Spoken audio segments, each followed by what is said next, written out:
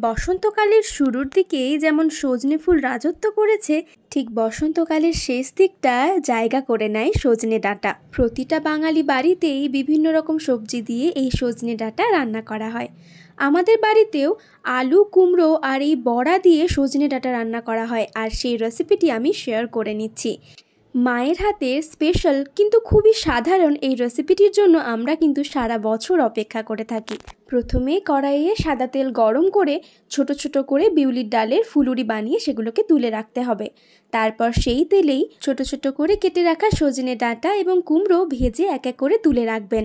তারপর সাদা তেল তুলে নেবেন এবং সেই কড়াইতে কিছুটা সামান্য সর্ষের তেল দিয়ে তাতে তেজপাতা, জিরে, শুকনো লঙ্কা, কাঁচা লঙ্কা ফোড়ন দিয়ে আলুগুলোকেও ভেজে নিতে হবে।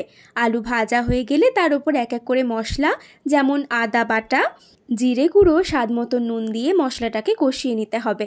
মশলা কষানো হয়ে গেলে তার উপরে পরিমাণ মতন জল এবং কিছুটা হলুদ দিয়ে জলটা একটু ফুটিয়ে নেবেন।